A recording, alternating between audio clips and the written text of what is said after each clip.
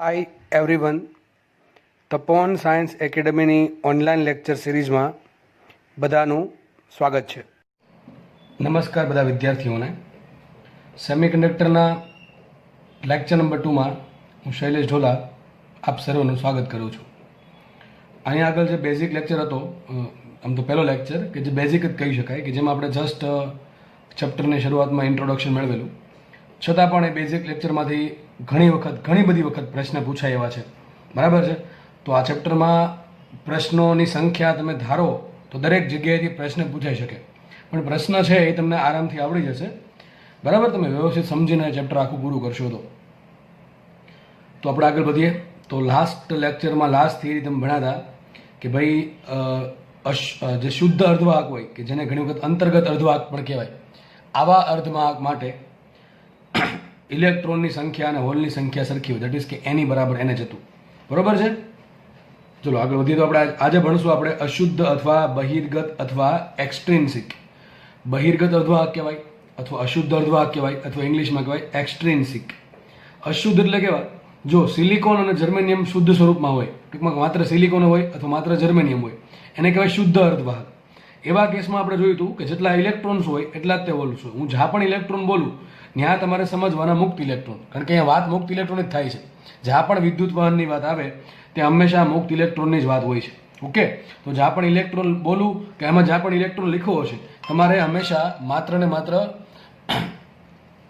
મુક્ત ઇલેક્ટ્રોન સમજવા. ઓકે, ચલો સ્ટાર્ટ કરીએ. તો આપણે તો કાલે જોયું હતું કે શુદ્ધ અર્ધવાહકમાં એની બરાબર એને જ હોય. આજે આપણે જોશું બહિર્ગત અથવા અશુદ્ધ અથવા એક્સટ્રિન્સિક અર્ધવાહક. તો એક કામ કરીએ, જે સિલિકોન અને જર્મેનિયમ છે કે જે શુદ્ધ અર્ધવાહક તરીકે વર્તે છે, એમાં આપણે બહારથી અશુદ્ધિ નાખીએ. અશુદ્ધિ એટલે એવું નહીં ખરાબ વસ્તુ. અશુદ્ધિ એટલે કે આના સિવાયના બીજા તત્વો, બીજા પરમાણુઓ, બરાબર છે, એને કહેવાય આના માટે અશુદ્ધિ. તો સિલિકોનના ખાલી પરમાણુ હોય અથવા ખાલી જર્મેનિયમના પરમાણુ હોય, એમાં તમે બહારથી બીજા કોઈ તત્વના પરમાણુ ઉમેરો તો એને કહેવાય અશુદ્ધિ. તો અશુદ્ધિ ઉમેરતા શુદ્ધ અર્ધવાહકમાં અશુદ્ધિ ઉમેરવામાં આવે તો બની જશે બહિર્ગત અથવા અશુદ્ધ અથવા એક્સટ્રિન્સિક અર્ધવાહક. અને આજે અશુદ્ધિ ઉમેરવાની જે ક્રિયા છે એને કહેવાય ડોપિંગ. ડોપિંગ કરવું એટલે કે ઉમેરવું. શું ઉમેરવું આપણે? બહારથી અશુદ્ધિ.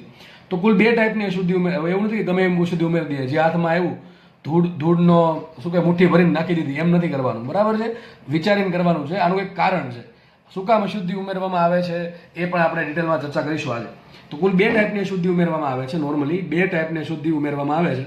એક છે પેન્ટાવેલેન્ટ અને એક છે ટ્રાયવેલેન્ટ. બરાબર છે. ટ્રાયવેલેન્ટ અને પેન્ટાવેલેન્ટ. ચલો, પેન્ટાવેલેન્ટ આનું છૂટું પાડો. પેન્ટાવેલેન્ટ, પેન્ટા એટલે 5 થાય ને, પેન્ટાને લેવા દે 5 છે, 5 સાથે છે. અને વેલેન્ટ એટલે શું થાય? ખાલિસ્તાનની પેલી છેલ્લી કક્ષામાં રહેલા ઇલેક્ટ્રોનની સંખ્યા. તો પેન્ટાવેલેન્ટ અશુદ્ધિ એવી છે કે જેની છેલ્લી કક્ષામાં 5 ઇલેક્ટ્રોન હશે. અને ટ્રાયવેલેન્ટ, ટ્રાય એટલે 3, આની છેલ્લી કક્ષામાં 3 ઇલેક્ટ્રોન છે. હવે મને એમ કહો, સિલિકોન ને જર્મેનિયમ છે એની છેલ્લી કક્ષામાં કેટલા ઇલેક્ટ્રોન છે? 4 ઇલેક્ટ્રોન છે, આપણે ખબર છે. બરાબર, સિલિકોન જર્મેનિયમમાં છેલ્લી કક્ષામાં 4 ઇલેક્ટ્રોન છે, એને કહેવાય ટેટ્રાવેલેન્ટ. તો સિલિકોન ને જર્મેનિયમ કે જેની કક્ષામાં 4 ઇલેક્ટ્રોન હતા એ ટેટ્રાવેલેન્ટ છે. એમાં આપણે 2 અશુદ્ધિ ઉમેરીએ છીએ. એક પેન્ટાવેલેન્ટ એટલે કે જેની છેલ્લી કક્ષામાં 5 ઇલેક્ટ્રોન હોય, અને ટ્રાયવેલેન્ટ એટલે કે જેની છેલ્લી કક્ષામાં 3 ઇલેક્ટ્રોન હોય. તો પેન્ટાવેલેન્ટના એક્ઝામ્પલ કયા છે? ફોસ્ફરસ, એન્ટીમની અને આર્સેનિક. આ બધા એવા તત્વો છે, બરાબર, કે જેની છેલ્લી કક્ષામાં 5 ઇલેક્ટ્રોન છે. તો આવી અશુદ્ધિ ઉમેરવામાં આવે. જો આ એક્ઝામ્પલ પૂછાય છે, ફોસ્ફરસ, એન્ટીમની અને આર્સેનિક. બરોબર છે. એ વર્તન કોના જેવું કરશે? પેન્ટાવેલેન્ટ જેવું.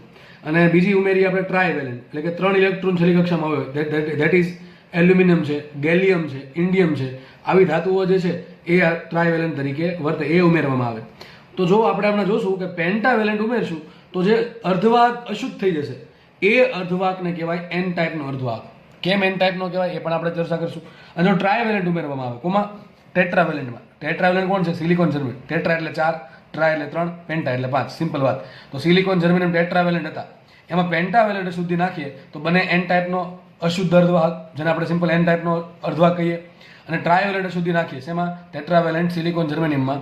બરાબર છે. તો જે અર્ધવાહક બનશે એ બનશે પી ટાઈપનો અર્ધવાહક. આ એન ટાઈપનો એટલા માટે બને કે આ જે અશુદ્ધિઓ છે એની પાસે 5 ઇલેક્ટ્રોન છે. આને જોઈએ કેટલા? 4 ઇલેક્ટ્રોન છે, અને આને બહારથી 4 ઇલેક્ટ્રોન મેળવવાની ચાહત હોય.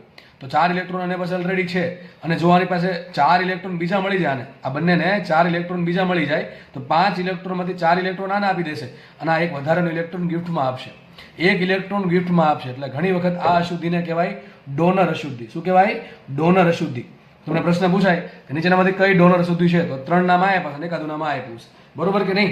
તો પેન્ટાવેલેન્ટ અશુદ્ધિઓ છે ઇલેક્ટ્રોનનું દાન કરે, ઇલેક્ટ્રોન આપે, એક વધારાનો ઇલેક્ટ્રોન આપે, જેટલો જરૂર છે. જરૂર કેટલી છે? 4 ઇલેક્ટ્રોન ભરેલા છે અને 4 ઇલેક્ટ્રોન બીજા આપણને ખબર છે આની જે કક્ષા છે એમાં 3s2 3p2 એમ ભરેલા છે, 3p4 ખાલી હતી, બરાબર, સિલિકોન માટે. તો 3p4 ખાલી છે, એમાં ભરવા માટે 4 ઇલેક્ટ્રોનની જરૂર છે. તો આ કેટલા આપશે? 5 આપી શકે એમ છે, 5 આપી દેશે. તો 4 લેશે ને આ એક પડ્યો રહેશે, એક છે ઇલેક્ટ્રોનનું દાન મળ્યું, એટલે આને કહેવાય એન ટાઈપના, કારણ કે ઇલેક્ટ્રોન ચાર્જ નેગેટિવ હોય. હવે થશે અહીંયા જો ટ્રાયવેલેન્ટમાં આવું, કારણ કે 3 ઇલેક્ટ્રોન છે, આને જરૂર 4 નહીં છે, ચલો આ તો કે વધારે આપી શકશે નહીં, તો 3 આપી દેશે.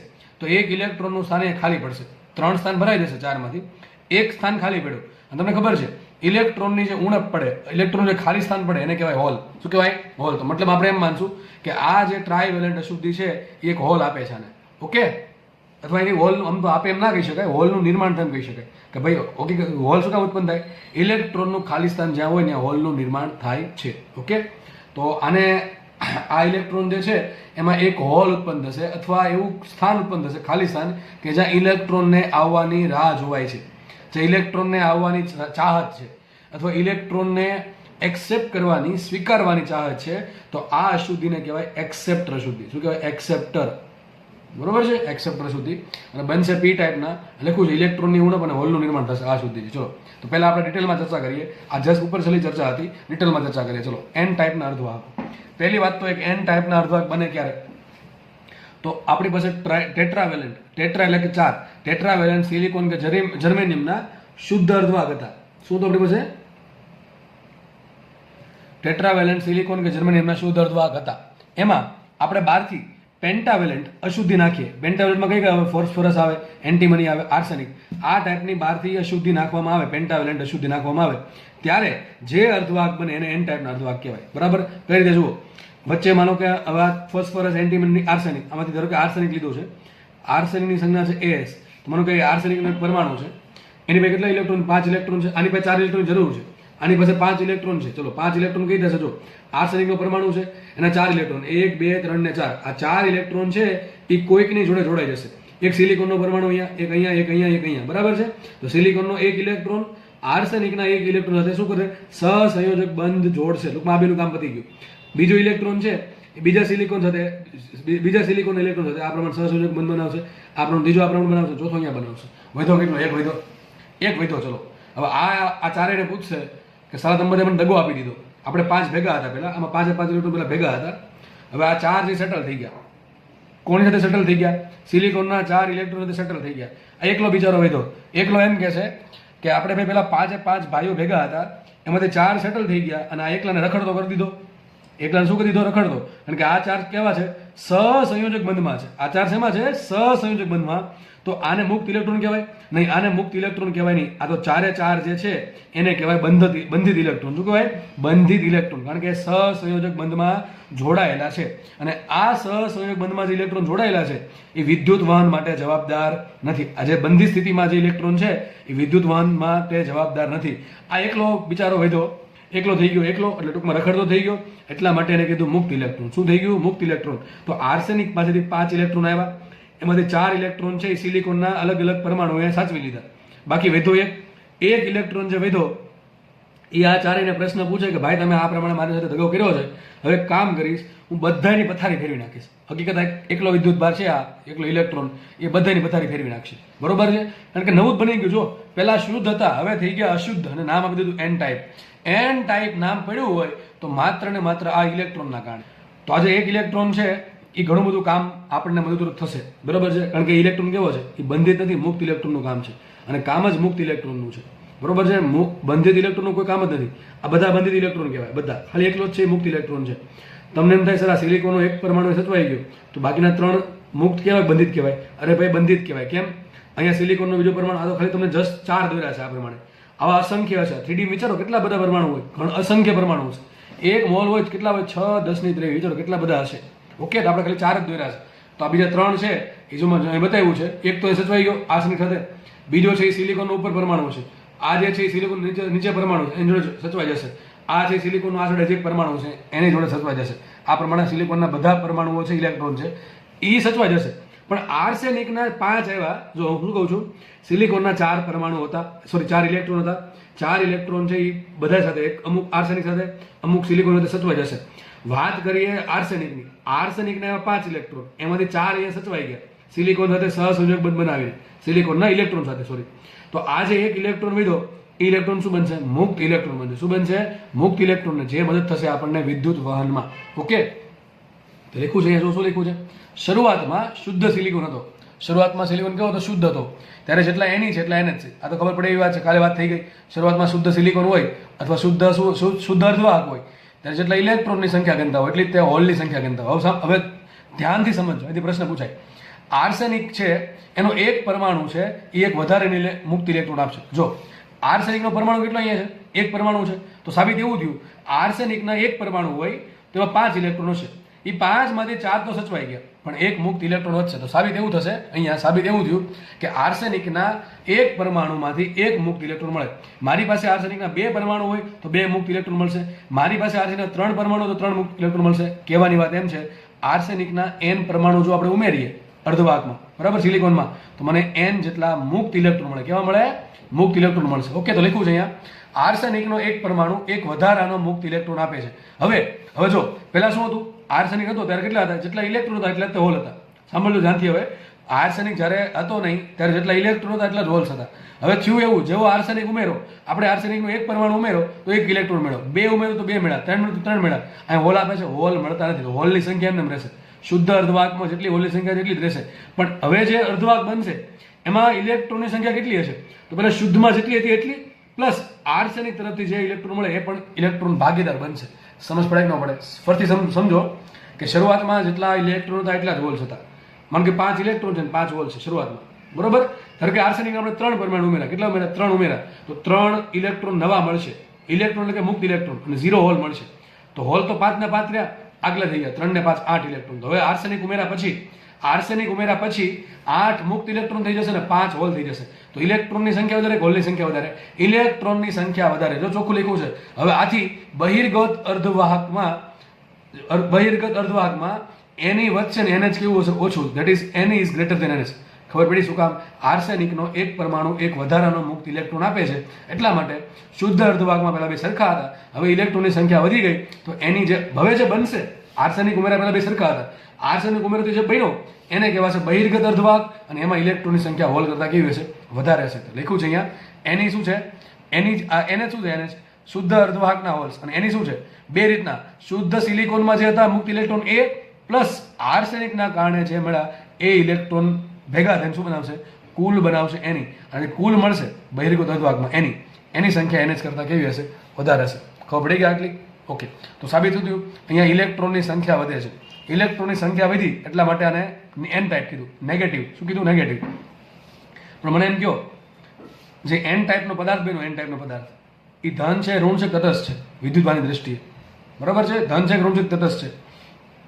તટસ્થ છે. કેવો? યાદ રહ્યો, તટસ્થ છે. મને પ્રશ્ન પૂછાય કે n ટાઈપના અર્ધવાહકો વિદ્યુતની એમાં ચોખ્ખો વિદ્યુતભાર કેટલો? તો ચોખ્ખો વિદ્યુતભાર 0 આવશે. કારણ શું? તમે ખાલી ઇલેક્ટ્રોનની વાત કરી, તમે પ્રોટોનની વાત ક્યાં કરી છે? બરોબર. આર્સેનિકનો જે પરમાણુ હોય, આર્સેનિકનો પરમાણુ, બરાબર, એમાં જેટલા ઇલેક્ટ્રોન હોય એટલા પ્રોટોન હોય. તો આર્સેનિકનો પરમાણુ પોતે કેવો છે? તટસ્થ છે. એ પ્રમાણે સિલિકોનનો તમે ખાલી ઇલેક્ટ્રોનની વાત કરો છો, અંદર જે ન્યુક્લિયસ છે એમાં જે રહેલા પ્રોટોન છે એની વાત કરતા નથી. તો ચલો એની વાત કરીએ આપણે. તો સિલિકોન છે એમાં જેટલા ઇલેક્ટ્રોન છે, સિલિકોનમાં કેટલા? 14 ઇલેક્ટ્રોન હોય. તો સમય 14 પ્રોટોન હોય કે ન હોય? હશે કે નહીં? સિલિકોનમાં 14 ઇલેક્ટ્રોન હોય તો 14 પ્રોટોન હશે. એ પ્રમાણે આર્સેનિકમાં જેટલા ઇલેક્ટ્રોન છે એટલા પ્રોટોન છે. બરોબર છે? આ તો તમને એવું લાગે કે સર ઇલેક્ટ્રોન વધારે છે, ઇલેક્ટ્રોન વધારે છે, પ્રોટોન વધારે છે. ટૂંકમાં કહેવાનો તાત્પર્ય એવો છે, જેટલા આખા પદાર્થ જે બનશે એમાં પહેલા જેટલા ઇલેક્ટ્રોન હતા એટલા પ્રોટોન છે. ટૂંકમાં ઇલેક્ટ્રોન અને પ્રોટોનની સંખ્યા સરખી છે.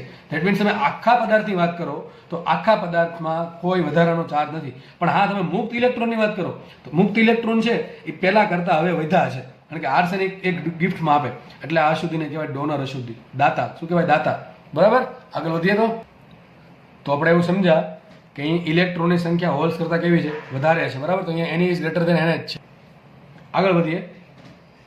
મેં તમને કીધું પ્રમાણે આર્સેનિકનો એક પરમાણુ એક ઇલેક્ટ્રોન આપે એટલે ઇલેક્ટ્રોનનું દાન કરે છે, એટલા માટે આવી અશુદ્ધિને ડોનર અશુદ્ધિ ઘણી વખત કહેવાય છે. તને બે નામ પડે, એક તો પેન્ટાવેલેન્ટ અશુદ્ધિ કયો કે ડોનર અશુદ્ધિ કયો, બરોબર, બે સરખું જ એક જ વસ્તુ છે. તો અહીંયા આપણે એવું સાબિત કર્યું કે આર્સેનિકનો એક પરમાણુ છે એ એક વધારાનો મુક્ત ઇલેક્ટ્રોન આપે. હવે આપણને પ્રશ્ન એમ થાય કે સર આર્સેનિકના પરમાણુ ઉમેરવાના કેટલા, જેટલા આપણે કહેવાય એટલે બધા ઉમેરી દેવાના? નહીં, એનું લિમિટ છે. એની લિમિટ આવી છે કે 10⁶ એટલે કે 10 લાખ સિલિકોનના પરમાણુ હોય ને, કેટલા? 10 લાખ, 1 મિલિયન સિલિકોનના 10 લાખ પરમાણુ હોય ત્યારે એમાં એક આર્સેનિકનો પરમાણુ રહી એ પ્રમાણે આર્સેનિકનો પરમાણુ ઉમેરવામાં આવે. શું કહું છું? 10 લાખ સિલિકોનના પરમાણુ હોય એમાં ભાગમાં એક આર્સેનિકનો પરમાણુ, ટૂંકમાં આના 10 લાખ લેવાના પરમાણુ, તેનો એક પરમાણુ થવો જોઈએ, બેનો રેશિયો કરો તો એટલા આર્સેનિકના પરમાણુ બહારથી ઉમેરવાના. બરોબર છે? હવે આપણે એ પણ સમજ પડે કે જો હું આર્સેનિકનો એક પરમાણુ ઉમેરીશ તો મને એક વધારાનો મુક્ત ઇલેક્ટ્રોન મળશે. તો સાબિત એવું થયું કે 10⁶ સિલિકોનના પરમાણુમાં એક ઇલેક્ટ્રોન વધારાનો મળે દાનમાં. કોના તરફથી? આર્સેનિક તરફથી. પણ હવે વાત એમ કરીએ કે ભાઈ તો મને ચલો ખબર પડી ગઈ કે 10⁶ સિલિકોનના પરમાણુ હોય ત્યારે એક આર્સેનિકનો પરમાણુ બને એ પ્રમાણે તમારે આર્સેનિક ઉમેરવાનું. તો મને એમ પ્રશ્નનો આન્સર આપો કે આપણી પાસે 1 મોલ સિલિકોન હોય, 1 મોલ સિલિકોનમાં કેટલા અણુ હોય? 10⁻³ સિલિકોનના પરમાણુ હશે અથવા અણુ હશે, પરમાણુ ગણીએ આપણે તો 1 મોલ સિલિકોનમાં 10⁻³ સિલિકોનના પરમાણુ હોય. 1 મોલ સિલિકોનમાં 10⁻³ સિલિકોનના પરમાણુ હોય. તો ચલો 1 મોલમાં કેટલા આર્સેનિકના પરમાણુ હોય? તો સીધી વાત છે કે ભાઈ 10⁶ સિલિકોને એક આર્સેનિકનો પરમાણુ થાય તો 10⁻³ સિલિકોનના પરમાણુ હોય તો કેટલા આર્સેનિક થાય? કેટલા આવશે? 10⁻17. કેટલા આવશે? 10⁻17. સમજ પડે કે ન પડે? એકદમ સાદી ભાષામાં વાત થાય છે. તો 1 મોલ સિલિકોનમાં રફલી 10⁻17 જેટલા આર્સેનિકના પરમાણુ હોય.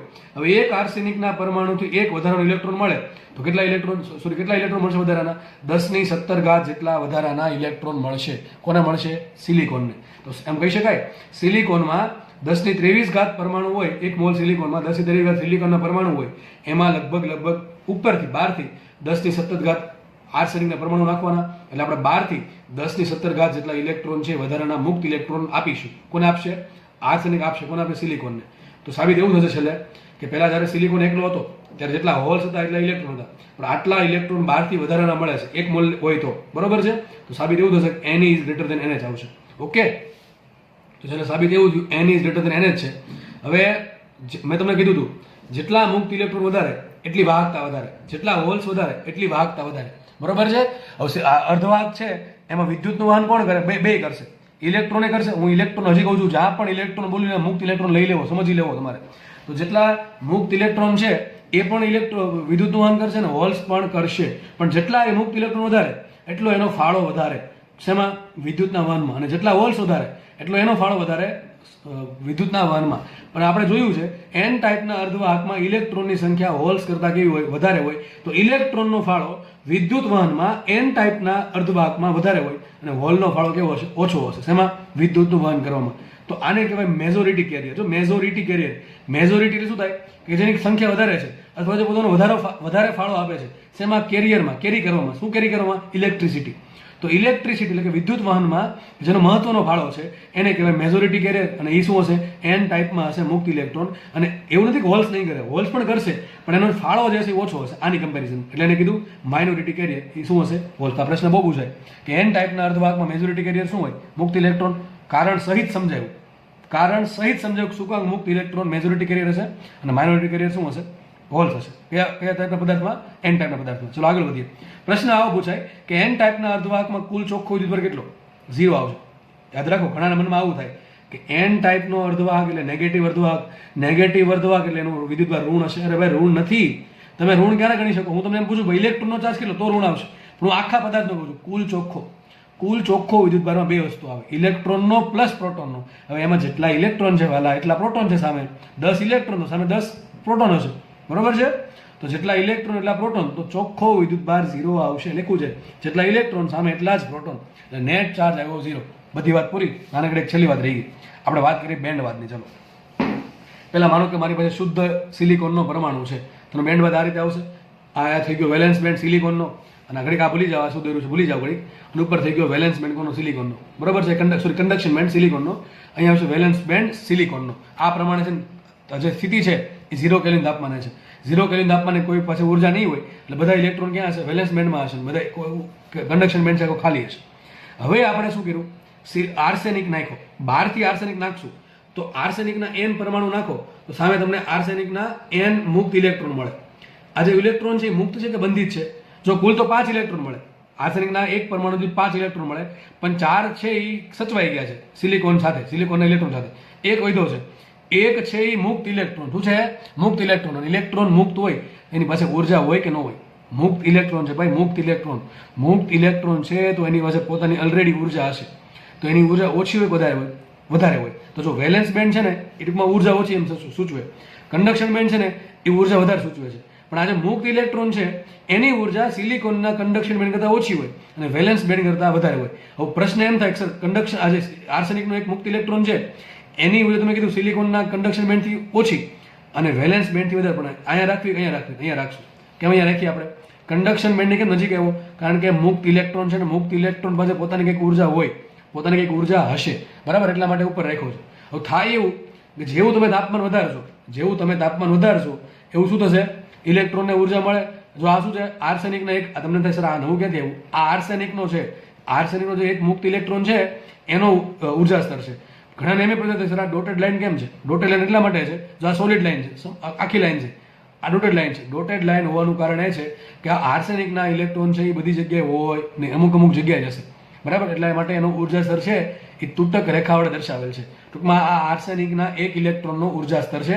આ છે સિલિકોનના જે વેલેન્સ બેન્ડમાં ઇલેક્ટ્રોન છે એનો ઉર્જા સ્તર. થશે એવું કે જેવી આપણને ઉષ્મા મળે કોને? આ ઇલેક્ટ્રોનને ઉર્જા મળશે બહારથી, અને આ શું છે? Forbidden gap. આ થશે ફોરબિડન ગેપ, FG. ઓકે, એની ઉર્જા છે EG. જેવી ઇલેક્ટ્રોનને ઉર્જા મળી બહારથી એટલે શું કરશે? એ જોશે કે ભાઈ મારી પાસે ઉર્જા છે, ફોરબિડન ગેપને ક્રોસ કરો જેટલી છે, ક્યાં જશે? ઉપર જશે. તો માનો કે આ ઇલેક્ટ્રોન છે ને ઉર્જા મળી ગઈ, પણ આ ઇલેક્ટ્રોનને ઉર્જા જો કેટલી જરૂર પડે? આટલી. આ ઇલેક્ટ્રોનને અહીંથી અહીંયા જવું હોય છે વેલેન્સ કન્ડક્શન બેન્ડમાં તો આટલી ઉર્જા જવું પડે, પણ આને જો ઓછી જરૂર, આટલી જરૂર પડે છે, આટલી દેખાય છે. ટૂંકમાં જે આર્સેનિકનો એક ઇલેક્ટ્રોન છે એને વેલેન્સ કન્ડક્શન બેન્ડમાં જવા માટે ઘણી ઓછી ઉર્જાની જરૂર પડે છે. તો ફટાફટ છે ને આ ઉપર વહી જશે, અને ટૂંકમાં આ જે ઇલેક્ટ્રોન છે ફટાફટ ઉપર વહી જશે. ક્યાંથી? કોના? આર્સેનિકનો જે ઇલેક્ટ્રોન છે ડાયરેક્ટલી કન્ડક્શન બેન્ડમાં જશે. વાત કરીએ આની, જો આની પાસે ઉર્જા મળી ગઈ, તાપમાન વધ્યું તો આને ઉર્જા મળશે એટલે આ પણ જશે.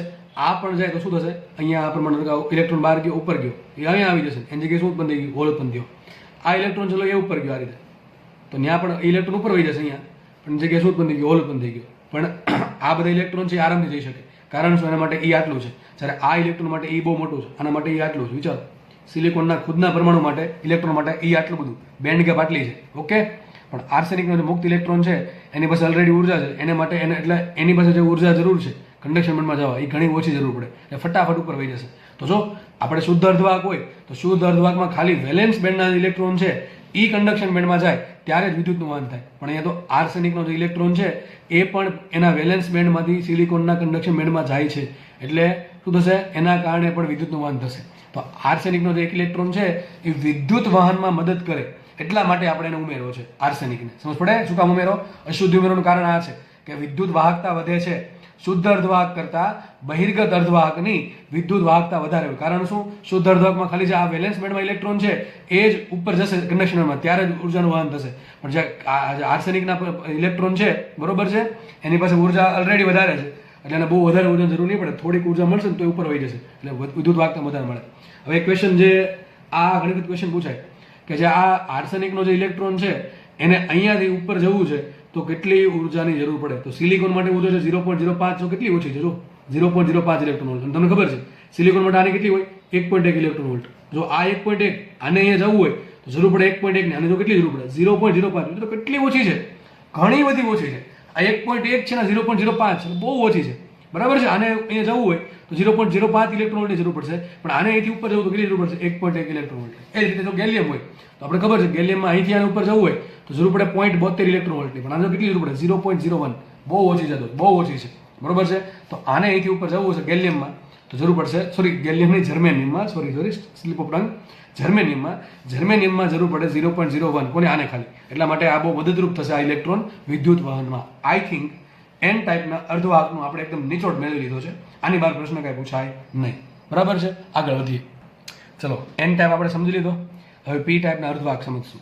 એન ટાઈપ સમજાઈ ગયું તો પી ટાઈપ સમજતા ઘણી ઓછી વાર લાગશે આપણે, બરોબર છે. ચલો પી ટાઈપ પહેલા અર્ધક બને ક્યારે, તો ટ્રાયવેલન્ટ અશુદ્ધિ. ટ્રાયવેલન્ટ કઈ આવશે, એલ્યુમિનિયમ આવે, ગેલિયમ આવે કે ઇન્ડિયમ આવે.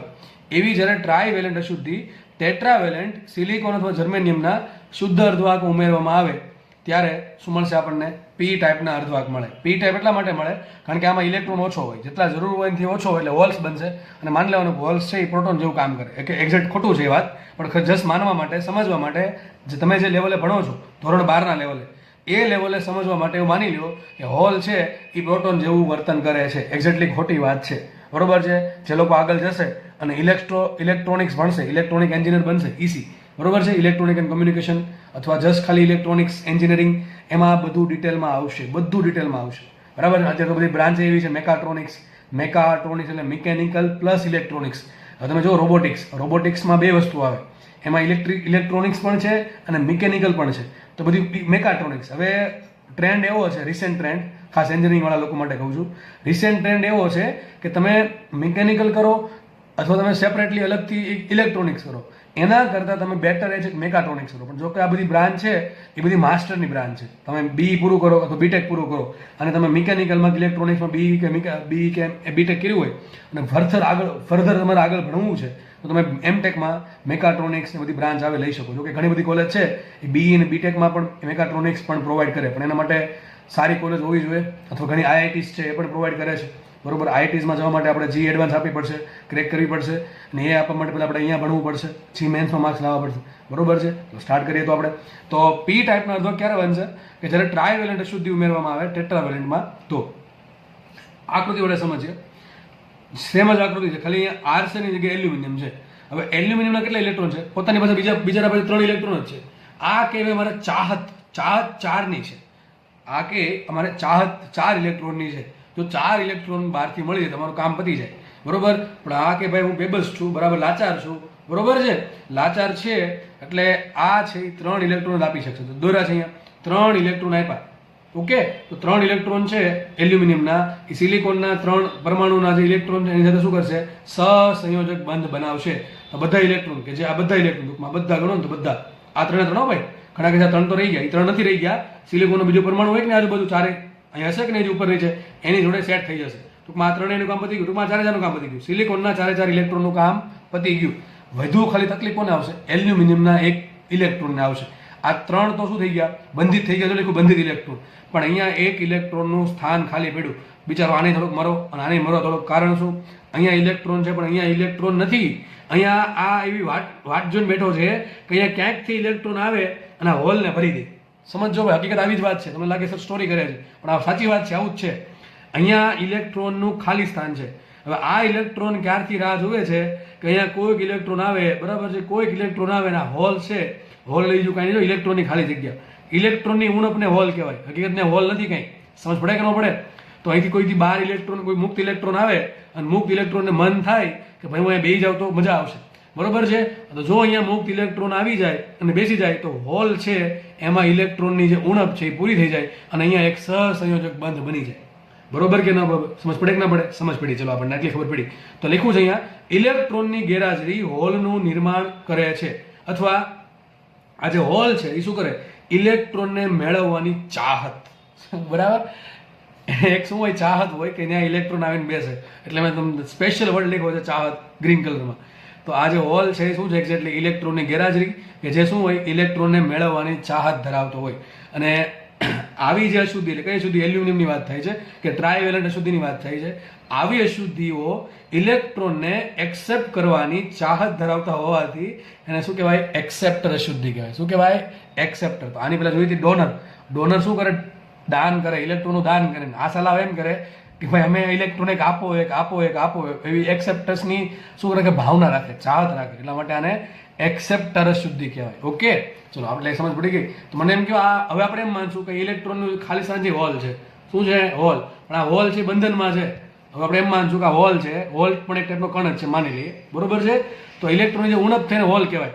તો હોલને એક આપણે ઘડી કણ માની તેમ માનશું કે આ હોલ છે બંધનમાં છે ને, બંધનમાં. તો હોલની પાસે ઉર્જા ઓછી હશે.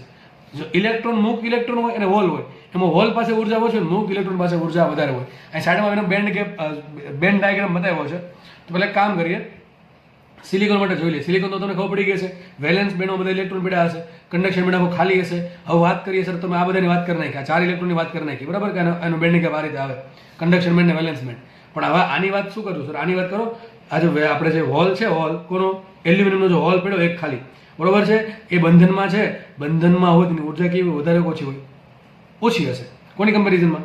આગળ આપણે મુક્ત ઇલેક્ટ્રોન હતો, મુક્ત ઇલેક્ટ્રોનની કમ્પેરિઝનમાં આ જે હોલ છે કે જે ઇલેક્ટ્રોનને સ્વીકારવાની દાનત ધરાઈને બેઠો છે, ચાહત ધરાઈને બેઠો છે, એની ઉર્જા ઓછી હશે. પરંતુ આની ઉર્જા સિલિકોનના વેલેન્સ બેન્ડના ઇલેક્ટ્રોન કરતાં વધારે હોય અને સિલિકોનના કન્ડક્શન બેન્ડ કરતાં ઓછી હોય. પરંતુ હવે દોરવી ક્યાં? અહીંયા દોરવી કે અહીંયા દોરવી? સીધી વાત છે. આની ઉર્જા છે એ બંધનમાં છે એટલે બહુ વધારે નહીં હોય, તો વેલેન્સ બેન્ડની નજીક હશે. આગળ જે હતી એન ટાઈપનો, એન ટાઈપ ક્યાં ગયું? પેજ અહીંયા છે. એન ટાઈપમાં શું હતું? આ મુક્ત ઇલેક્ટ્રોન હતો. મુક્ત ઇલેક્ટ્રોન છે એની પાસે ઉર્જા હશે એટલે ક્યાં દોર્યો? કન્ડક્શન બેન્ડની નજીક દોર્યો. પણ અહીંયા આ જે હોલ છે, કોનો હોલ છે? એલ્યુમિનિયમનો. એલ્યુમિનિયમનો હોલ છે ને, એ છે એ નજીક છે, ઘણો નજીક છે, બરાબર છે. કોની? વેલેન્સ બેન્ડની ઘણો નજીક છે. થશે એવું, જેવું તાપમાન વધશે એટલે થાય એવું કે ઇલેક્ટ્રોન છે એ થોડીક ઉર્જા મળે ફોરબિડન ગેટને ક્રોસ કરવા માટે એટલે ઉપર જાય. પણ અહીંયા ચાંદ એના બે રસ્તા છે. એ એમ કે ભાઈ પેલા અહીંયા છે ને પછી આમ આટો મારતા જઈએ, તો પેલા અહીંયા આટો મારતા જાય પછી ઉપર જાય, મજા આવે વધારે, બરાબર. તો ચલો એક કામ કરશે, પેલા અહીંયા મહેમાન ગતિ કરી લે છે, અહીંયા મહેમાન ગતિ થઈ જાય પછી ઉપર મહેમાન ગતિ કરવા જશે, મહેમાન તરીકે જશે, બરાબર છે. આગળ તો થશે એવું, થોડીક એ ઉર્જા મળશે આને, શું કરશે? આ હોલ્સમાં ભરાઈ જશે, બરાબર છે. કોઈ બી રીતે ઇલેક્ટ્રોનનું વહન થવું જોઈએ, કોઈ બી રીતે ઇલેક્ટ્રોનનું વહન થવું જોઈએ. જો અહીંયા ઉર્જા ઓછી છે, આ ઇલેક્ટ્રોનને ઉપર જવું હોય તો ઘણી ઉર્જા જોઈએ, પણ આ ઇલેક્ટ્રોનને અહીંયા જવું હોય તો ઉર્જા ઓછી જોશે. હવે ઘણા પ્રશ્ન થાય સર ઇલેક્ટ્રોન અહીંયા ગયો કેમ? અરે આ શું છે? હોલ છે. હોલને શું? ઇલેક્ટ્રોનની ચાહત ધરાઈને બેઠું એક જગ્યા કે જેમાં ઇલેક્ટ્રોન નથી પણ ઇલેક્ટ્રોન આવવાની રાહ જોઈને બેઠું છે. તો હકીકત આ ઇલેક્ટ્રોન છે હોલમાં આવશે, પહેલાં ક્યાં આવશે? હોલમાં આવશે. એવું નહીં હોલમાં થવું જરૂરી જ છે. કોઈ ઇલેક્ટ્રોન એવો છે જેની પાસે ધારો કે બહુ વધારે ઉર્જા છે તો ડાયરેક્ટલી ક્યાં જશે? કન્ડક્શન બેન્ડમાં. ધારો કે આ ઇલેક્ટ્રોન છે કન્ડક્શન બેન્ડમાં અહીંયા આવી ગયો સીધો, બરોબર છે. પણ એ બે પોસિબલ છે. જો આ હોલ ન હોય તો બધા ઇલેક્ટ્રોનને ફરજિયાતપણે વેલેન્સમાંથી કન્ડક્શનમાં જવું પડે, પણ આ હોલ છે એ સપોર્ટ પૂરો પાડે કે આ ઇલેક્ટ્રોન છે અહીંયા હોલમાં આવી જશે, તો કે પછી ઉર્જા મળી પાછું ઉપર વહી જશે. ઓકે, જરૂરી જ્ઞાન પેડો હોય, બરોબર. તો આ પ્રમાણે આપણને વિદ્યુતનું વહન મળે. તો અહીંયા વિદ્યુતનું વહન બે રીતે થાય. વેલેન્સ બેન્ડનો ઇલેક્ટ્રોન છે એલ્યુમિનિયમના હોલમાં જઈ શકે અથવા હોલમાંથી પાછો કન્ડક્શન બેન્ડમાં જઈ શકે, તો ડાયરેક્ટલી વેલેન્સ બેન્ડમાંથી કન્ડક્શન બેન્ડમાં જઈ શકે. તો અહીંયા વિદ્યુતનું વહન વધારે છે. અને એની કિંમત કેટલી આવશે? તો બેટરી સિલિકોન માટે આવશે 0.05 ઇલેક્ટ્રોન વોલ્ટ અને જર્મેનિયમ માટે આવશે 0.01 ઇલેક્ટ્રોન વોલ્ટ. બેટરી કિંમત આવશે. ઓકે, પણ આ ક્યાં છે? સિલિકોનના વેલેન્સ બેન્ડની નજીક છે. પેલો ક્યાં હતું? સિલિકોનના કન્ડક્શન બેન્ડની નજીક હતું, સિલિકોનના ઇલેક્ટ્રોનના, બરાબર. ચલો આગળ વધીએ. તો આપણે હવે એમ ટાઈપમાં વાત કરી હતી એવી બેઠી વાત અહીંયા કરવાની છે. તો આપણે ખબર છે કે શરૂઆતમાં જ્યારે શુદ્ધ સિલિકોન હતું ત્યારે જેટલા ઇલેક્ટ્રોન હતા એટલા હોલ્સ હતા, બરોબર છે. હવે એલ્યુમિનિયમનો એક પરમાણુ આવ્યો તો આપણે જોયું એલ્યુમિનિયમનો એક પરમાણુ એક હોલ ઉત્પન્ન કરે. આપણે જોયું અને 3 ઇલેક્ટ્રોન જે સચવાઈ ગયા, પણ એક ચોથો ઇલેક્ટ્રોન છે એની જગ્યા ખાલી રહી ગઈ. ટૂંકમાં એક એલ્યુમિનિયમનો એક પરમાણુ છે એ એક હોલનું ઉત્પન્ન કરે. આગળ જેમ આર્સેનિકનો એક પરમાણુ છે એ એક મુક્ત ઇલેક્ટ્રોનનું દાન કરતો હતો, એમ અહીંયા એલ્યુમિનિયમનો એક પરમાણુ એક હોલનું નિર્માણ કરે, બરોબર છે. તો માનો કે કોઈ તત્વ છે અથવા જે બહિર્ગત અર્ધવાહક છે એમાં n એલ્યુમિનિયમના પરમાણુ આપણે બહારથી નાખ્યા તો કેટલા નવા હોલનું નિર્માણ થશે? કેપિટલ N જેટલા નવા હોલનું નિર્માણ થયું, બરાબર કે નહીં? તો એ લખ્યું છે એટલા માટે કે બનેલા બહિર્ગત અર્ધવાહકમાં NH ની કિંમત વધારે હોય, Ne ની કિંમત ઓછી હશે. કારણ શું? સિલિકોન પહેલા તો એકલો, તો કે એમાં 5 ઇલેક્ટ્રોન છે 5 હોલ છે, બરાબર છે. બહારથી શું નાખ્યું? એલ્યુમિનિયમ નાખ્યા, તો કે આપણે 3 એલ્યુમિનિયમ પરમાણુ નાખ્યા, તો આમાં હવે કેટલા? એક એલ્યુમિનિયમ પરમાણુ એક હોલ આપે, 3 કેટલા આપે? 3 હોલ્સ આપશે અને 0 ઇલેક્ટ્રોન આપે. કેટલા થઈ ગયા? અહીંયા 8 હોલ થઈ ગયા અને 5 ઇલેક્ટ્રોન થઈ ગયા. ટૂંકમાં હવે હોલની સંખ્યા વધી જશે, મુક્ત ઇલેક્ટ્રોનની સંખ્યા ઘટી જશે. જો આના પહેલા કરતાં એક્ઝેક્ટ ઊંધું થાય છે. અહીંયા પહેલા કરતાં એક્ઝેક્ટ ઊંધું થાય છે. તો અહીંયા NH ની કિંમત વધારે છે અને એની કિંમત ઓછી હશે. NH બે રીતના છે. શુદ્ધ સિલિકોન છે એની પાસે જે હોલ છે એ, અને પ્લસ જે એલ્યુમિનિયમ છે એની પાસેથી જે આપણને હોલ મળ્યા છે એ બધા થઈને બનાવશે શું? NH બનાવશે. અને એની કોણ બનાવશે? ખાલી એની બનાવશે. ઇલેક્ટ્રોન જ સિલિકોનના ઇલેક્ટ્રોન છે એના વડે જ ખાલી એની બનશે. તો NH ની કિંમત એની કરતાં વધારે થાય. ધેટ મીન્સ સાબિત એવું થયું કે આપણે જે અર્ધવાહક બનાવ્યો, બરાબર છે, કે જેને હકીકત કહેવાય પી ટાઈપનો અર્ધવાહક, એ પી ટાઈપના અર્ધવાહકમાં હોલની સંખ્યા વધારે હોય ને ઇલેક્ટ્રોનની સંખ્યા ઓછી હોય. અહીં આપણે એવું માન્યું, મેં તમને હમણાં કીધું હતું કે હોલ છે એ પ્રોટોન જેવું તમે લગભગ ગણી શકો, અને પ્રોટોનનો ચાર્જ ધન હોય એટલા માટે આને પોઝિટિવ ટાઈપના અર્ધવાહક અથવા સિમ્પલ પી ટાઈપના અર્ધવાહક કીધા છે. જો કે હોલને પ્રોટોનને કંઈ લેવા દેવા છે નહીં, બરોબર છે. તો આપણે વિચારીએ અહીંયા કે હોલની સંખ્યા વધારે છે તો હોલ છે એ પહેલા વિદ્યુતના વહનમાં વધારે ભાગીદારી ભેળવશે, એટલા માટે મેજોરિટી કેરિયર આવશે હોલ્સ અને ઇલેક્ટ્રોનની સંખ્યા ઓછી છે, થોડોક એનો ફાળો જે છે વિદ્યુતના વહનમાં ઓછો હશે, એટલા માટે કીધું એને માઇનોરિટી કેરિયર ઇલેક્ટ્રોન થઈ ગયા, પહેલા કરતા ઊંધું. અને આ ટાઈપની જે અશુદ્ધિ છે એ ઇલેક્ટ્રોનને એ શું આપશે? હોલ્સ આપશે. અને હોલ શું કરે? ઇલેક્ટ્રોનને એક્સેપ્ટ કરવાની ચાહત ધરાવે, એટલા માટે આ અશુદ્ધિને કીધું એક્સેપ્ટર અશુદ્ધિ. બરોબર છે? લખ્યું છે એલ્યુમિનિયમનો એક પરમાણુ એક હોલ વધારાનો હોલ આપશે. પાછી એ જ વાત કે ભાઈ પી ટાઈપનો અર્ધવાહક છે એમાં ચોખ્ખો વિદ્યુતભાર કેટલો? તો મેં તમને હમણાં કીધું એમ, એલ્યુમિનિયમના પરમાણુ, સિલિકોનનો પરમાણુ ચલો છે, સિલિકોનના પરમાણુમાં જેટલા ઇલેક્ટ્રોન છે એટલા પ્રોટોન છે. બહારથી શું આવ્યું? એલ્યુમિનિયમ આવ્યા. હવે એલ્યુમિનિયમ એવું નથી ખાલી ઇલેક્ટ્રોન લઈને જ આવે છે, એલ્યુમિનિયમ આખું પરમાણુ આવે છે. તો એલ્યુમિનિયમ પરમાણુમાં જેટલા ઇલેક્ટ્રોન છે એટલા પ્રોટોન હશે. તો ભલે ને એલ્યુમિનિયમ આપે 3 ઇલેક્ટ્રોન આપે, પણ સામે વધારે 3 પ્રોટોન પણ આપે છે, એવું ખાલી કહી શકો તમે. અથવા 100 વાતની એક વાત, સિલિકોનનો પરમાણુ તટસ્થ હતો, જેટલા ઇલેક્ટ્રોન એટલા પ્રોટોન, અને બહારથી જે એલ્યુમિનિયમ આવે છે એ પણ તટસ્થ છે, એટલે કે એમાં જેટલા ઇલેક્ટ્રોન છે એટલા પ્રોટોન છે. તો નેટ ચાર્જ Q બરાબર 0 આવશે. એટલા માટે લખવું પડે છે કે ઘણાના મનમાં એમ હોય કે પી ટાઈપ આવ્યો, પી ટાઈપનો અર્ધવાહક, એટલે પી ટાઈપના અર્ધવાહકમાં વિદ્યુતભાર ધન હોય. અરે ભાઈ ટોપા વિચાર તો ખરો, શું છે એક્ઝેક્ટલી? વિદ્યુતભાર ધન ક્યારે થાય?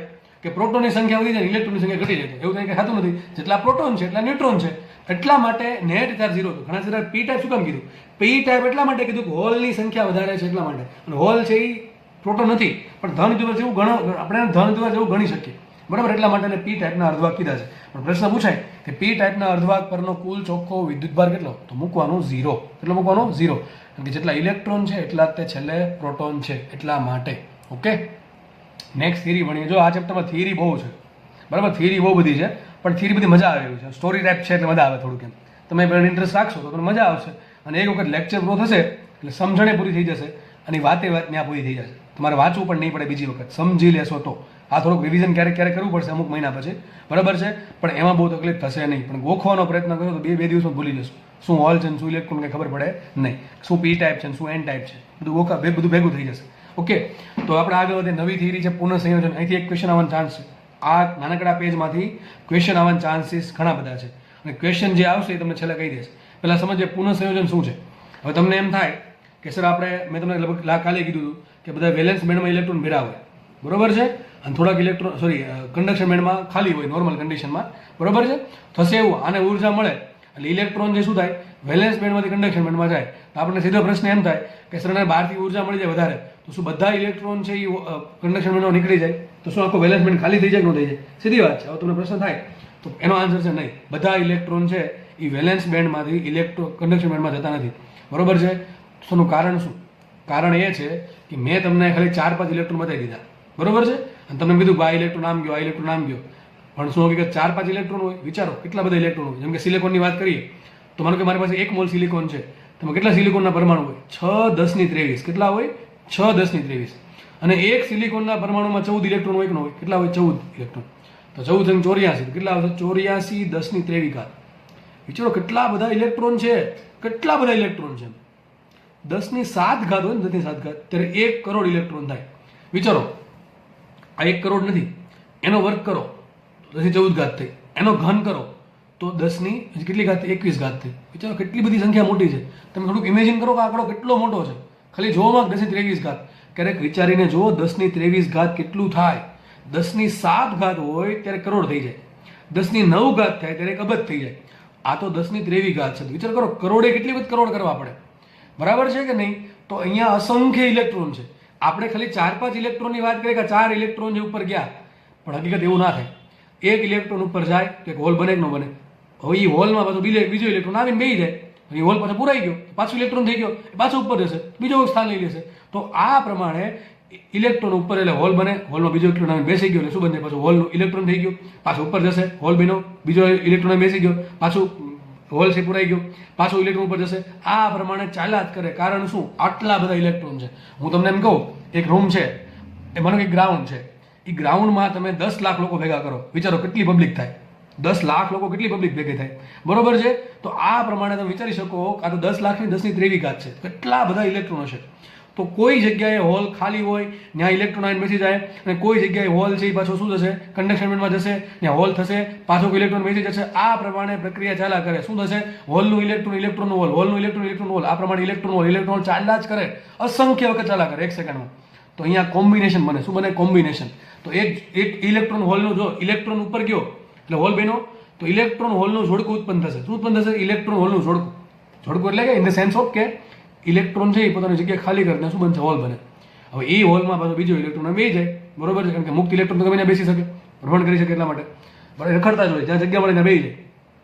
તો પાછો ઇલેક્ટ્રોન પુરાઈ ગયો, પાછો ઉપર જશે, એ પ્રમાણે ચાલા કરે. તો અહીં સંક્રાંતિ થવાથી ઇલેક્ટ્રોન અને હોલના જોડકા ઉદ્ભવે છે. મેં કીધું ને સંક્રાંતિ શું થાય? ઇલેક્ટ્રોનનું વેલેન્સ બેન્ડમાંથી કંડક્શન બેન્ડમાં જાવ તો ઇલેક્ટ્રોન હોલના જે જોડકા ઉત્પન્ન થાય છે. પરંતુ આ જે પરિસ્થિતિ છે ઇલેક્ટ્રોન હોલના જોડકા ઉત્પન્ન થવાની, એ પરિસ્થિતિ સ્થિર હોય નહીં. તાપમાન અને થર્મોડાયનેમિક્સના અમુક નિયમના આધારે આ જે પરિસ્થિતિ છે એ અસંખ્ય રીતે ચાલ્યા જ કરે. ટૂંકમાં અસંખ્ય જોડકા ઉત્પન્ન થયા જ કરશે. કોના? ઇલેક્ટ્રોન હોલના જોડકા થયા જ કરશે. એટલે કે એનું પુનઃ સંયોજન શું થશે? પુનઃ સંયોજન, જેને ઇંગ્લિશમાં કહેવાય રીકોમ્બિનેશન. આનો સિમ્પલ ભાષા મિનિંગ એમ થાય કે કોઈ જગ્યાએ ઇલેક્ટ્રોન છે એ પોતાનું સ્થાન કરીને ઉપર જાય તો ત્યાં પાછો હોલ ઉત્પન્ન થયો, ત્યાં કોઈ બીજો ઇલેક્ટ્રોન આવીને બેસી જાય, પાછો ત્યાં શું બની ગયું? ઇલેક્ટ્રોન બની ગયો, એ પાછો ઉપર પાછો હોલ ઉત્પન્ન થયો. આ પ્રમાણે પુનઃ સંયોજન થયા કરે છે, બરોબર છે? તો આને પુનઃ સંયોજન કહેવાય. આ જસ્ટ ખાલી નોલેજ છે. એટલા માટે એવું કહી દે નહીં બને કે વેલેન્સ બેન્ડ આખો ખાલી છે ને કંડક્શન બેન્ડ આખો ભરાઈ ગયો. કારણ કે વેલેન્સ બેન્ડમાં કોઈક ના કોઈક ઇલેક્ટ્રોન આવીને બેસી જ જશે. સમજ પડે કે ન પડે? આગળ વધીએ આપણે. આઈ થિંક તમને મજા આવતી હશે સાંભળવામાં. ઓકે, ઇન્ટરેસ્ટ હોય તો હવે વાત એની કરીએ કે જે રીકોમ્બિનેશન બને છે એ કોના પર ડિપેન્ડ કરે? રીકોમ્બિનેશન સિમ્પલ વાત છે, ડિપેન્ડ કરે એની અને એનએચ પર. હવે ઘણા કેસ શું છે? સંખ્યા ગણતા છે. જેટલા ઇલેક્ટ્રોનની સંખ્યા વધારે અને જેટલી હોલની સંખ્યા વધારે એમ પુનઃ સંયોજનનો દર વધારે. કેમ? એમ કહું ભાઈ, આ પ્રમાણે 3 હોલ છે અને મને 3 ઇલેક્ટ્રોન છે, તો આમાં સંયોજન થવાના બહુ ચાન્સ ઓછા છે. આ 3 આયન બેસી ગયા તો બે ખાલી રહી ગયા. પણ એમ કહું 5 જગ્યા છે એમાં 30 ઇલેક્ટ્રોન છે, તો સામે 30 હોલ છે, તો શું થશે? કોઈ જગ્યાએ ઇલેક્ટ્રોન ખાલી થયો, બીજો આવી જશે, એ પ્રમાણે ચાલ્યા કરશે. ટૂંકમાં જેટલી સંખ્યા વધારે, બરાબર, જેટલી સંખ્યા વધારે ને ચાન્સ વધારે છે પુનઃ સંયોજનના. ઇલેક્ટ્રોન અને હોલની સંખ્યા જેટલી વધારે હશે એટલા ચાન્સ વધારે છે પુનઃ સંયોજનના. તો પુનઃ સંયોજનનો દર ડિપેન્ડ કરે એની અને એનએચ પર. કોઈ અર્ધવાહકમાં જેમ એની અને એનએચની કિંમત વધારે એમ પુનઃ સંયોજનનો દર વધારે. પુનઃ સંયોજનનો દર proportional two NE into NH. આપણે આને ઇંગ્લિશમાં કહેવાય રીકોમ્બિનેશન. શું કહેવાય? રીકોમ્બિનેશન. તો પુનઃ સંયોજનના દરને મેં સિમ્પલ આરસી કીધું છે, બરાબર? તો પુનઃ સંયોજનનો દર આરસી ઇઝ ઇક્વલ ટુ શું આવશે? પ્રપોર્શનલ કાઢીને આપણે અચળાંક મૂક્યો આર. આનું કંઈ કામ છે નહીં, આર એક અચળાંક છે, બરોબર છે? આગળ વધીએ હવે. શુદ્ધ અર્ધવાહક હોય, શુદ્ધ અર્ધવાહક, બરોબર છે? આપણે પેલા શુદ્ધ અર્ધવાહકમાં પુનઃ સંયોજનનો દર શોધીએ. તો શુદ્ધ અર્ધવાહક હોય એમાં જેટલા ઇલેક્ટ્રોન હોય એટલા હોલ હોય. આપણે ખબર છે શુદ્ધ અર્ધવાહક ઇંગ્લિશમાં શું કહેવાય? ઇન્ટ્રિન્સિક કહેવાય. શું કહેવાય? ઇન્ટ્રિન્સિક. તો ઇન્ટ્રિન્સિકનો લીધો અહીંયા એન. તો આપણે ખબર છે, તમને સાબિત કરાવ્યું તમે કે જેટલા ઇલેક્ટ્રોન છે શુદ્ધ અર્ધવાહકમાં એટલા જ હોલ છે ને એટલા શું હશે? એનઆઈ હશે. તો એનઆઈ બરાબર આવશે એની ઇન્ટુ એનએચ. ઓકે, તો અહીંયા જે પુનઃ સંયોજન થાય છે એ શું આવશે? પુનઃ સંયોજનનો દર બરાબર આવે R into NI into NH. પણ જેટલા એની છે એટલા જ એનએચ છે, એટલા જ એનઆઈ છે. તો મૂકી દઈએ અહીંયા શુદ્ધ અર્ધવાહક માટે R into NI into NI. શું આવી જશે? શુદ્ધ અર્ધવાહક માટે પુનઃ સંયોજનનો દર આવશે આર ઇન્ટુ એનઆઈ સ્ક્વેર. શું આવશે? R into NI square. તો યાદ રાખો, પુનઃ સંયોજનનો દર શુદ્ધ અર્ધવાહકમાં હશે આર ઇન્ટુ એનઆઈ સ્ક્વેર. આપણે સમીકરણ નંબર 1. હવે વાત કરીએ બહિર્ગત અર્ધવાહક એટલે કે અશુદ્ધ અર્ધવાહકની. તો અશુદ્ધમાં શું થાય? જુઓ, અશુદ્ધ અર્ધવાહકમાં જો એન ટાઈપનો પદાર્થ હશે તો ઇલેક્ટ્રોનની સંખ્યા વધારે હોય ને હોલની સંખ્યા ઓછી હશે. અને જો પી ટાઈપનો અર્ધવાહક હોય તો હોલની સંખ્યા વધારે હોય ને એને કોની સંખ્યા ઓછી હશે? ઇલેક્ટ્રોનની સંખ્યા ઓછી હશે. પણ ગમે એ હોય, માનો કે કોઈ પણ ટાઈપનો પદાર્થ છે, માનો કે એમાં સંખ્યા ઇલેક્ટ્રોનની એની છે અને હોલની સંખ્યા એનઆઈ છે, તો બહિર્ગત અર્ધવાહકમાં પુનઃ સંયોજનના દરનું સૂત્ર આવશે આરસી બરાબર સિમ્પલ આર બરાબર એની ઇન્ટુ એનએચ. જો તમે હવે અહીંયા નહીં લખી શકો, હવે તમે અહીંયા લખી શકો ને કે એની બરાબર એનએચ. કેમ કે કાં તો ઇલેક્ટ્રોન વધારે છે કાં તો હોલ વધારે છે, તો બેની સંખ્યા સરખી થાય નહીં. પણ તમે ડેફિનેટલી લખી શકશો શુદ્ધ અર્ધવાહકમાં જેટલા ઇલેક્ટ્રોન છે એટલા હોલ છે એટલું એનઆઈ છે. સૂત્ર આવી જશે આર એનઆઈ બરાબર એની ઇન્ટુ એનએચ.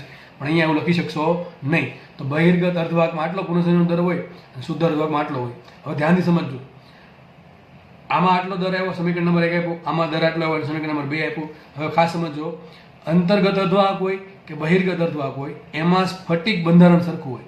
સ્ફટિક બંધારણ એટલે કે એનું જે કેમિકલ સ્ટ્રક્ચર છે એમાં કોઈ જાજો ફરક પડે નહીં. અને જે આ પુનઃ સંયોજનની જે પ્રક્રિયા છે એ કોના પર ડિપેન્ડ કરે? ટેમ્પરેચર પર ડિપેન્ડ કરે અને થર્મોડાયનેમિક્સના અમુક નિયમ પર ડિપેન્ડ કરે. એટલે એવું માનવામાં આવે છે કે જેટલો આપણે પુનઃ સંયોજનનો દર જેટલો શુદ્ધ અર્ધવાહકમાં છે એટલો જ તે બહિર્ગત અર્ધવાહકમાં છે. આપણે બેને સરખાઈ દઈએ કે શુદ્ધ અર્ધવાહકમાં પુનઃ સંયોજન દર બરાબર બહિર્ગત અર્ધવાહકમાં પુનઃ સંયોજનનો દર લખાઈશું R into NI square is equal to R into NH. તો આર ઉડી ગયા, સૂત્ર આવશે બહુ IMP NI square is equal to સૂત્ર શું આવશે? NI square is equal to NE into NH. આ સૂત્ર આવી ગયું કોનું? આપણે તમને સંબંધ આપે કોનું? એનઆઈ શું છે? What is Ni? એનઆઈ છે શુદ્ધ અર્ધવાહકમાં સિલિકોન ઇલેક્ટ્રોન અથવા હોલની સંખ્યા, બરોબર કે નહીં? શું છે એનઆઈ? શુદ્ધ અર્ધવાહકમાં ઇલેક્ટ્રોન અને હોલની સંખ્યા. અને અહીંયા એની શું છે? અહીંયા એની શું છે? આ લાગુ પડે શુદ્ધ અર્ધવાહકને, આ સેટ લાગુ પડે બહિર્ગત અર્ધવાહકને. તો એની શું છે? અહીંયા બહિર્ગત અર્ધવાહકમાં ઇલેક્ટ્રોનની સંખ્યા અને એને છે બહિર્ગત અર્ધવાહકમાં હોલની સંખ્યા. એને શું છે? શુદ્ધ અર્ધવાહકમાં ઇલેક્ટ્રોન લો કે હોલ લો બે હરખું જ છે. સમજ પડે કે ન પડે? તો બેન સંબંધ આપે છે. તો કોનો સંબંધ આપે તમને? બહિર્ગત અર્ધવાહક અને શુદ્ધ અર્ધવાહકમાં ઇલેક્ટ્રોન અને હોલની સંખ્યા વચ્ચેનો સંબંધ આપે છે. લખ્યું છે અહીંયા. એનઆઈ બરાબર છે અંતર્ગત અર્ધવાહકમાં ઇલેક્ટ્રોન અને હોલની સંખ્યા ઘનતા, અને એની અથવા એને આ જે છે આ એ શું છે? બહિર્ગત અર્ધવાહકમાં ઇલેક્ટ્રોન અથવા હોલની સંખ્યા ઘનતા છે. ઓકે, તો આઈ થિંક આ થિયરી તમે કમ્પ્લીટ થઈ ગઈ. પુનઃસંયોજનની સૂત્ર યાદ રાખવું આઈએમપી. આમાંથી દાખલા આપણે ગણીએ. ચલો, તો બહુ સિમ્પલ દાખલા છે, જો કે ગણાવવાની જરૂર પણ નથી, છતાં પણ ઘણી વખત દાખલા છે ને આવા સિમ્પલ દાખલા.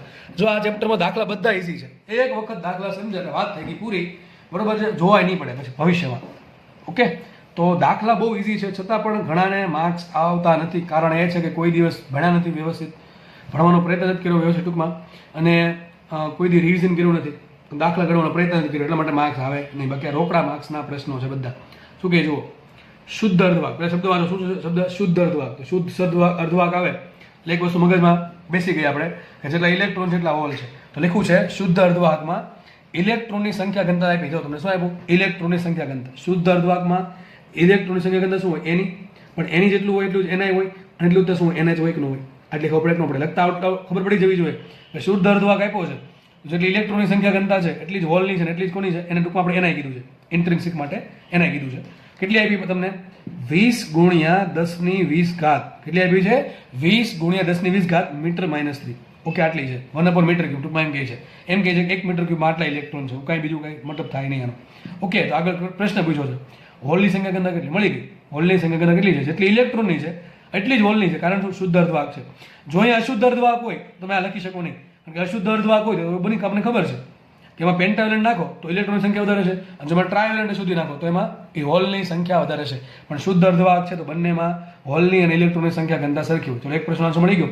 બીજો પ્રશ્ન બહુ ફુદ્દુ જેવો છે, ચલો સોલ્વ કરીએ આપણે. એવું કહે છે કે 1 centimetre cross 3 centimetre cross 3 centimetre આટલા કદમાં રહેલી ઇલેક્ટ્રોન ને હોલની સંખ્યાઓ શોધો. જો સંખ્યાઓ શોધો તો આરામથી મળે. અરે ત્રિપદી, આનું શું મિનિંગ થાય? આનું મિનિંગ કે 1 મીટર ક્યુબમાં કેટલા ઇલેક્ટ્રોન છે?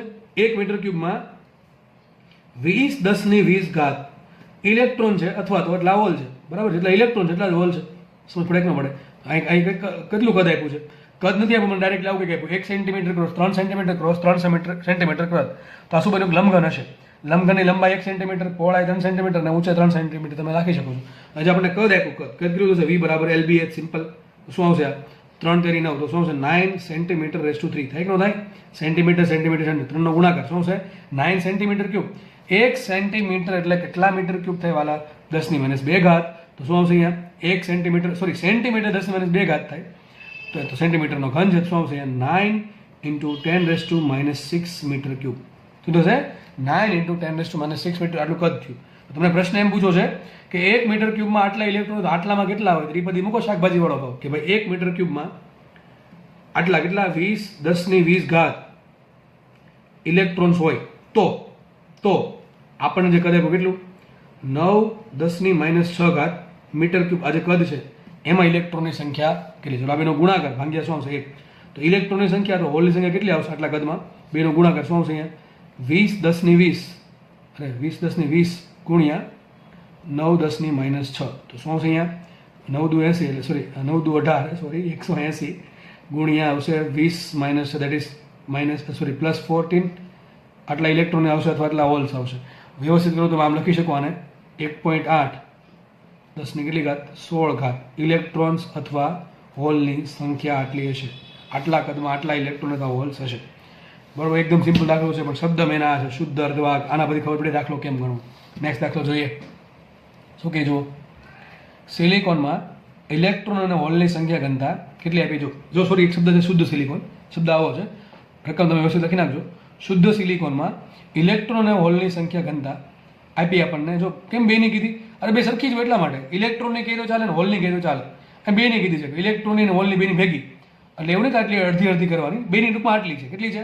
1.5 10⁻16 મીટર માઇનસ 3 લખાઈશું અહીંયા. શુદ્ધ અર્ધવાહક માટે આપણે ખબર છે, શુદ્ધ અર્ધવાહક માટે શું લખાય? જેટલા એની છે એટલા જ એન છે, એટલા જ એનઆઈ છે. કેટલી છે?